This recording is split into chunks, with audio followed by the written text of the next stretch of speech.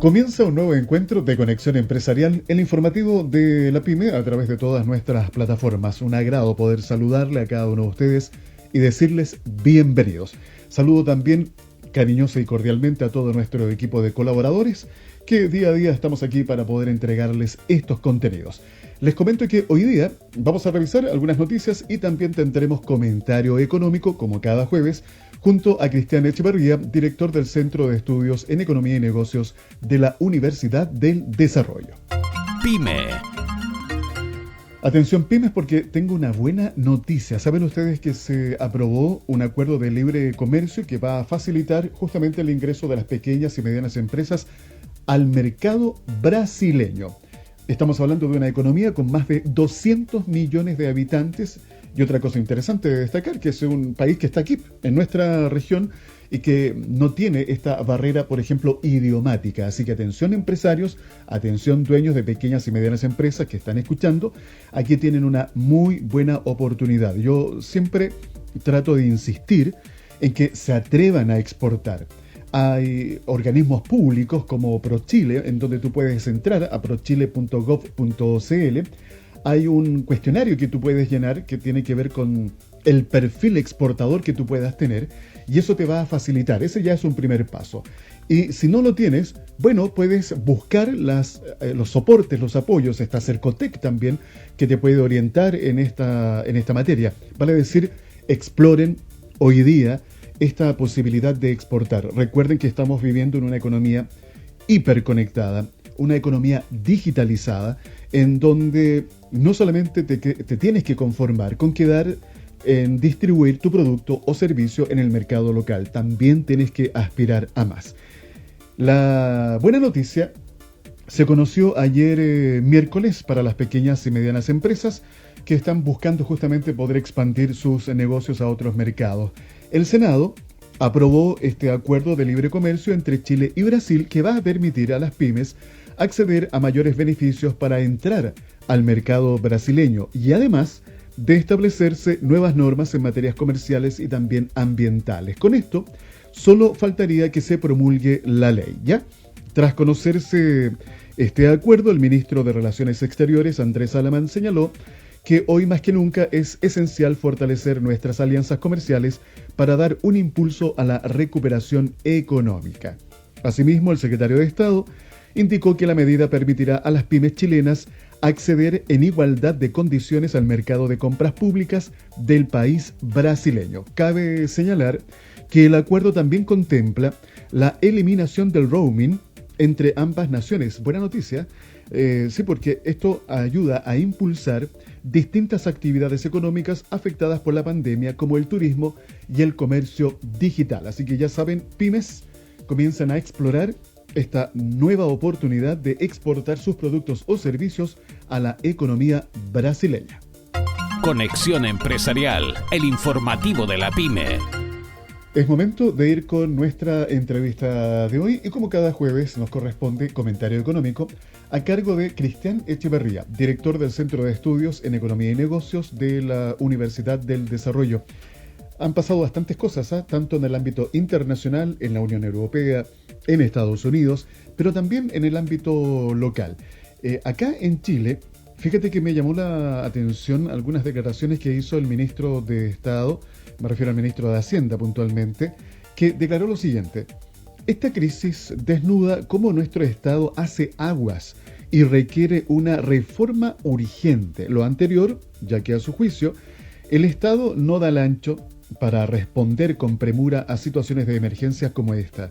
Y esto a todo nivel. Y no es una crítica a los funcionarios públicos, por el contrario, se han sacado la mugre haciendo todo lo que se puede, pero es una crítica a las reglas que tenemos, a la burocracia que tenemos, a las vueltas que tenemos que darnos, al papeleo para todo, a la falta de datos, a la incapacidad de compartir datos, a la informalidad. Así lo indicó el ministro de Hacienda, el ministro Briones. Y además agregó, en fin, creo que estamos, o más bien que esto es una reflexión bien de fondo que dejo planteada porque para mí es evidente que esto desnuda las falencias del Estado y hace urgente una reforma. ¿Qué rescato yo en este minuto, Cristian? La honestidad que ha tenido el ministro Briones de poder reconocer públicamente estas situaciones que él describe y que todo el país sabe y lo sufre permanentemente. Y en esta crisis estos problemas se han agudizado. El diagnóstico está hecho. Y no es primera vez que yo lo escucho, pero siento que hace falta la acción, implementar de una vez las diferentes soluciones que se requieren. Cristian, bienvenido a Conexión Empresarial. ¿Cuál es tu análisis de estas declaraciones? Hola Alfredo, gracias por la invitación nuevamente. Bueno, esta semana ha estado marcada, yo diría, en lo externo por la relativa mayor optimismo que han habido en los mercados y en las reacciones de los inversionistas ante las noticias de que estamos cerca de una vacuna, más algunos datos que muestran recuperación gradual y lenta en el mercado del trabajo en Estados Unidos. Sin embargo, también hay una mezcla de aspectos, porque también se ve de las cifras de empleo norteamericanas que va a tomar mucho tiempo que se recuperen los niveles de ocupación, es decir, la contratación y las remuneraciones empiecen a subir. Y eso porque la duración del desempleo promedio de los desempleados está aumentando, que es algo característico de las recesiones profundas. Así que eso por el lado externo. Y bueno, las declaraciones que tú señalas del ministro de Hacienda, yo creo que están absolutamente correctas, en el sentido de que nuestro gobierno, todo nuestro aparato administrativo y burocrático, la verdad es que pese a que ha experimentado modernizaciones en las últimas décadas, yo diría, había un proceso de modernización de la gestión del Estado y de hacer más eficientes los sistemas y los mecanismos de asignación de subsidios, en fin. Pero claro, sin duda, en esta pandemia tocó techo, digamos, o sea, de sus capacidades.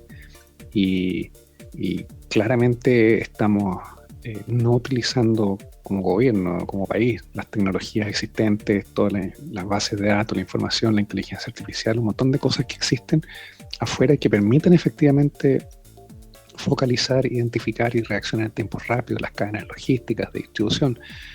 Todo eso nos falta mucho, la verdad, y eso creo que ha quedado manifiesto pese a las políticas implementadas que han sido masivas.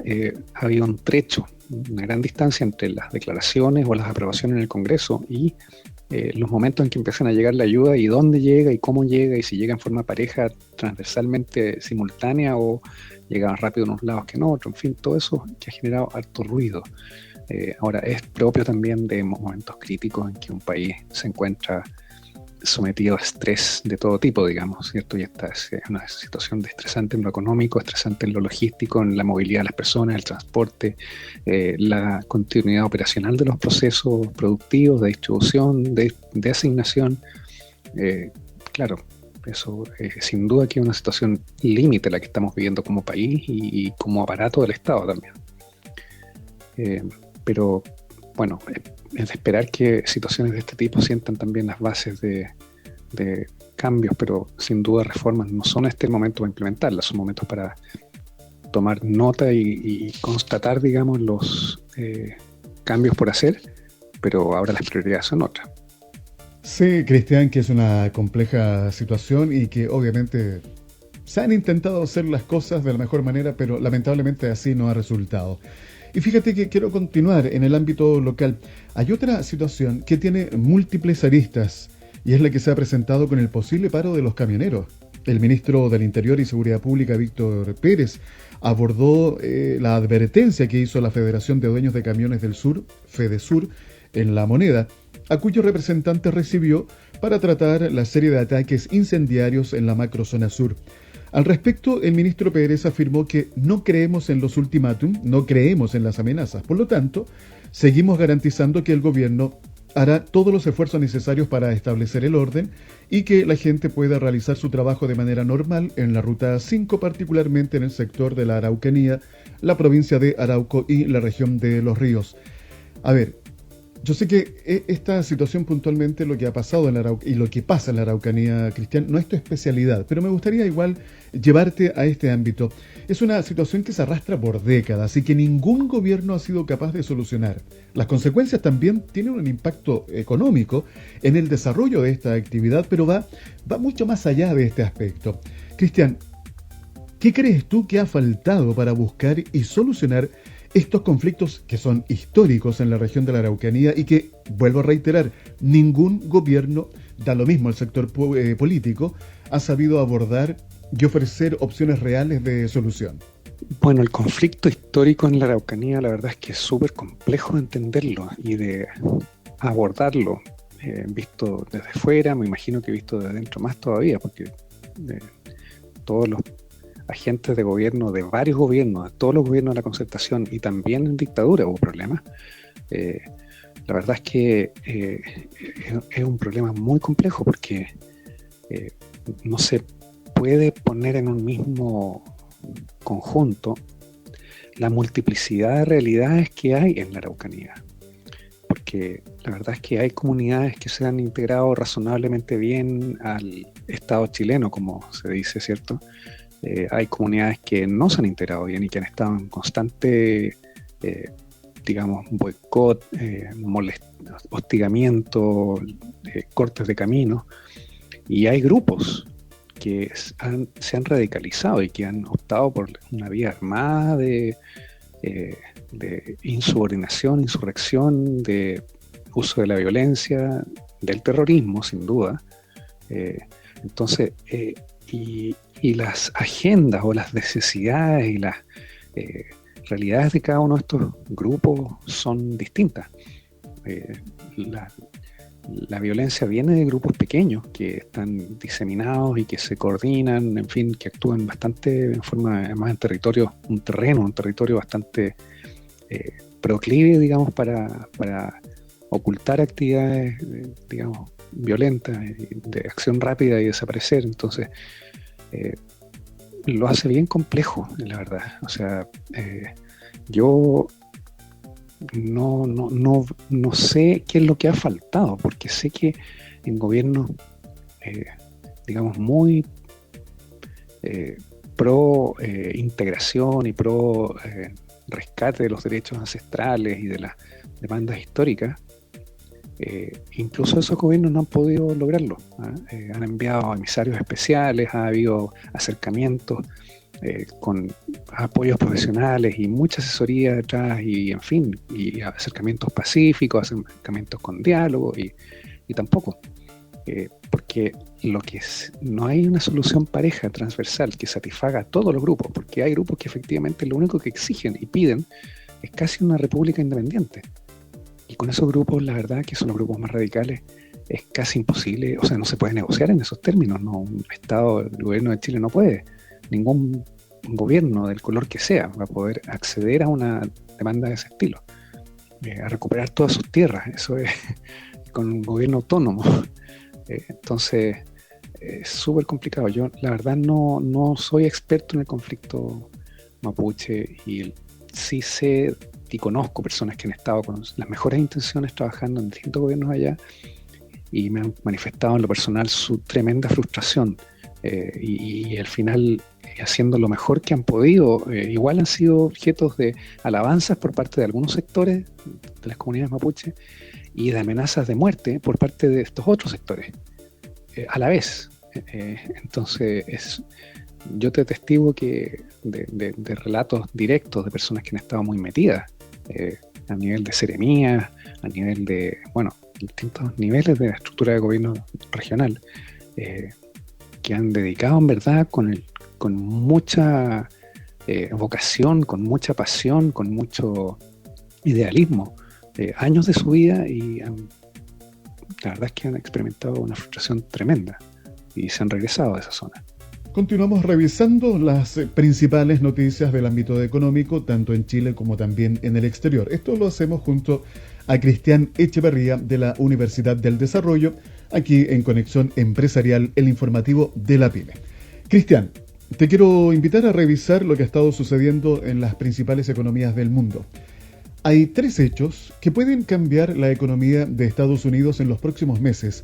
Según un análisis que hace Goldman Sachs, hay 3 acontecimientos que podrán provocar un cambio importante en el mundo, pero especialmente en Estados Unidos. Algunos hechos podrían dar esperanza a la economía. ¿Cuáles son los hechos? Aquí van. Las elecciones en Estados Unidos, una vacuna contra el COVID-19 y el retorno a las clases Según Goldman Sachs, serán los hechos que impacten en los mercados y determinen el rumbo del cierre de este año 2020. Cristian, ¿qué piensas sobre este análisis? Bueno, el análisis de Goldman Sachs, la verdad es que no es nada nuevo, digamos. O sea, sabemos que la recuperación de la economía está completamente supeditada a la evolución del virus, ¿cierto? Entonces, esa evolución del virus puede ser favorable o adversa. Y en el escenario favorable, una alternativa es que se descubre la vacuna. Una segunda alternativa es que los países, después de los brotes y rebrotes, aprendan finalmente a vivir de un modo distinto con las precauciones hasta que el virus se extinga, ¿cierto? Esa es otra alternativa. También es favorable, pero es más lenta. No es la bala de plata, como se dice en inglés, ¿eh? Pero todo el resto está supeditado a la evolución de la pandemia. Es decir, no solo la evolución de la economía, sino que también los retornos de los escolares o los estudiantes a las clases, ¿cierto? Y si se pueden hacer o no las elecciones en Estados Unidos. O sea, si la pandemia recrudece, ojalá que no lo sea, pero hay cifras preocupantes de Estados Unidos, puede que sanitariamente hablando no estén las condiciones para hacer elecciones en Estados Unidos, y eso se puede ver postergado. Ahora, si se logran realizar, creo que es una señal de cambio. No sé quién vaya a ser el resultado final de las elecciones, pero lo más probable es que Donald Trump no sea elegido nuevamente. Y eso puede cambiar un cambio de ánimo, de timón, de dirección y liderazgo en la economía norteamericana, favorable, digamos, en el sentido de que sea un manejo más, digamos, democrático, más integral, más sensible a las demandas del pueblo, de Estados Unidos, de los habitantes, y sensible también a las recomendaciones de los científicos y de los sectores más, digamos, de los profesionales y los analistas y los sectores más, por decirlo así, con mayor conocimiento de las distintas realidades, tanto de la realidad económica o de la realidad sanitaria o de las realidades geopolíticas, porque la verdad es que Trump ha sido un presidente súper voluntarista, y ha ignorado bastante a sus asesores, tanto así que la lista de asesores que se han retirado a su gobierno y de cargos altos han sido interminables.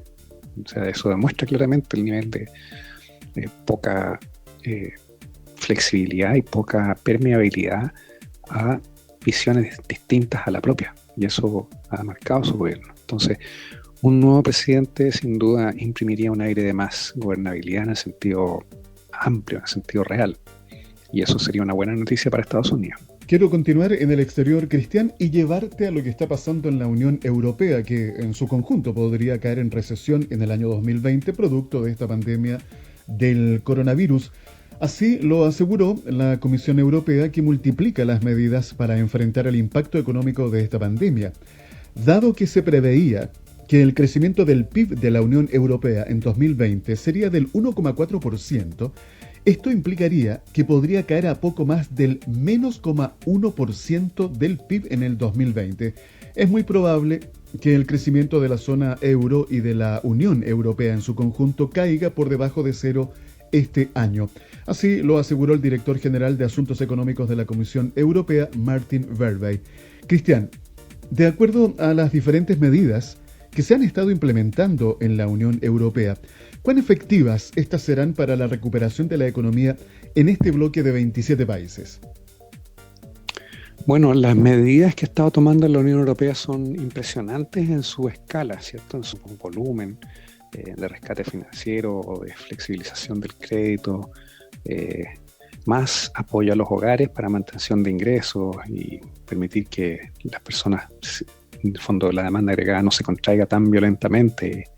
Entonces, pero todas esas medidas han ayudado sin duda y van a seguir ayudando, porque algunas son más de mediano y largo plazo, es decir, que exceden este año y el próximo, trascienden básicamente por varios años hacia adelante. Entonces, yo creo que efectivamente la Unión Europea, en la zona euro en particular, está en recesión este año y sin duda está en recesión. De hecho, creo que más profunda que un menos 1% de caída. O sea, es previsible que van a tener una caída del PIB en torno al 5 o 6%. Eso es lo que indican las proyecciones últimas del Fondo Monetario Internacional. Y yo creo que no han cambiado mayormente la situación, a pesar de que ha habido recuperación de la actividad gradual y que están volviendo a las calles las personas y están reabriendo los locales comerciales. Pero todavía hay cautela tanto por el lado de los consumidores como por el lado de las empresas. Entonces, la expectativa, las confianzas de los consumidores y la confianza empresarial siguen en niveles muy deprimidos, y eso tiene un poder predictivo sobre el futuro, la evolución futura del consumo, del comportamiento de la inversión de las empresas y de las decisiones de producción también, y de contratación finalmente, que es lo más importante. Así que yo creo que van a ser efectivas, pero están siendo efectivas ahora, ya en impedir que la demanda hubiera caído más. Pero creo que su efectividad todavía queda por desplegarse este año y el próximo. Así es que la recuperación va a ser, o sea, este año es una caída sin duda, y la recuperación va a ser el próximo año en adelante gradual, como son las recuperaciones después de una caída tan brutal y tan violenta como la que hemos vivido. Al momento de despedirnos, Cristian, te quiero dar las gracias porque siempre tienes la disponibilidad de abordar distintas temáticas que, a pesar de no ser de tu área o de tu especialidad, como por ejemplo lo que está pasando en la Araucanía, que es un tema histórico, igual tienes la intención y las ganas y la disposición de darnos tu punto de vista, y eso se agradece. Y al momento de despedirnos, me gustaría pedirte algunas recomendaciones sobre lo que hoy día está pasando en esta época de crisis, no solamente sanitaria, sino también económica. Esto de un tema bien interesante, que son las deudas buenas o las deudas malas, el tema del endeudamiento. En fin, ¿podrías compartir algunos tips? Y nuevamente, gracias por habernos acompañado en esta ocasión, Cristian. Un abrazo. Bueno, las recomendaciones del uso de las deudas en este tiempo son siempre estas son épocas de vacas flacas, son épocas de apriete económico y financiero para los hogares, para las empresas, transversalmente en todo el país. Así que las recomendaciones para las personas es vivir con lo suficiente, apretarse el cinturón, es decir, dejar de hacer esos gastos extra, que yo creo que es natural, o sea, es bastante intuitivo esto. Y también ser inteligente, si es que hay que endeudarse, inteligente en dónde y cómo y con quién y a qué tasa. Es decir, realmente explorar las alternativas que hay, cotizar con distintos bancos en la estructura del crédito de consumo que alguien necesite, o en fin, o crédito hipotecario si es que está pensando en comprar casa o vivienda. Informarse bien del costo anual equivalente, el CAE, y esa es la variable que uno compara a través de distintos créditos. Y endeudarse solo en lo suficiente, no solo en el monto, sino que también en el periodo. Eso es muy importante, porque los bancos suelen ofrecer, cuando uno le dice, hoy quiero un crédito a 12 meses, le dicen a uno de vuelta, pero mire, le ofrecemos este crédito a 24 meses, la cuota le baja casi a la mitad. Eso es sobreendeudarse, también pedir plazos más largos de los que uno necesita. Por el atractivo de una cuota baja, mucha gente se sobreendeuda en el tiempo y termina pagando una fracción muy alta del total de lo que pidió como intereses, porque los intereses operan a través del tiempo. Entonces, eso lo quiero subrayar, que el sobreendeudamiento de una persona puede ocurrir tanto por monto pedido o por el plazo en el cual se reparte ese monto pedido, ¿ya? Y lo otro, bueno, la estrategia lógica siempre es, si creemos que esta situación va a durar un tiempo, este año y tal vez parte del próximo, lo natural es endeudarse a periodos que calcen ese periodo en que vamos a estar en necesidad, y no un periodo mucho más excedido que eso. De nuevo, porque el pago de intereses acumulado a través del tiempo es fuerte, es significativo, involucra finalmente una transferencia de patrimonio o de ingreso neto al banco, más allá de lo suficiente y de lo necesario, de lo que se necesitaba inicialmente. Y bueno, y para los hogares o las personas que tienen la suerte de tener alguna disponibilidad extra, lo razonable, si es que tienen, es tratar de reducir deudas anteriormente contratadas. No endeudarse más, ni siquiera para, entre comillas, aprovechar las tasas bajas, porque bajas y todo son tasas de interés, tienen un costo a través del tiempo.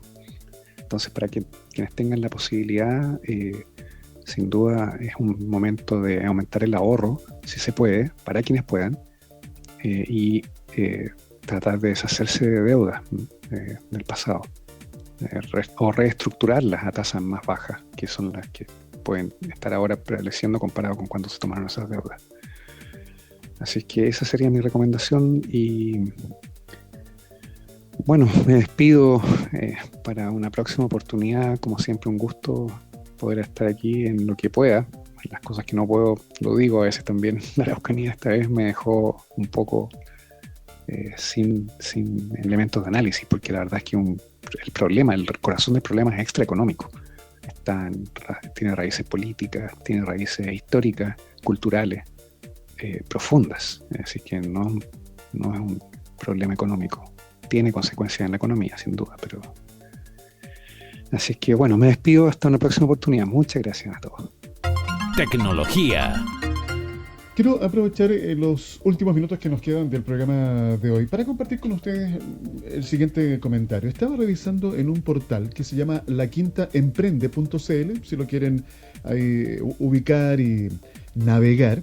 Me encontré con una noticia que dice la tecnología como herramienta para un desarrollo sostenible. Y fíjate qué interesante poder darse cuenta cómo la tecnología permea distintas áreas del desarrollo económico, social de un país.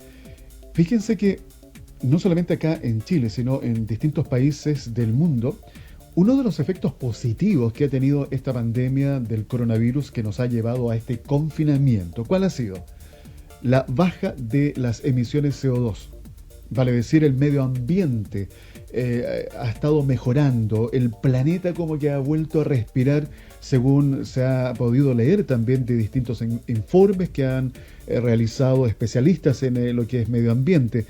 Y no deja de llamar la atención que este tipo de situaciones nos tiene que llevar sí o sí a un análisis mucho más profundo, serio, reposado, responsable, de cómo queremos seguir tratando a nuestro planeta, cómo vamos a estar desarrollando nuestros negocios para también impactar en el medio ambiente y qué planeta le queremos dejar a las futuras generaciones.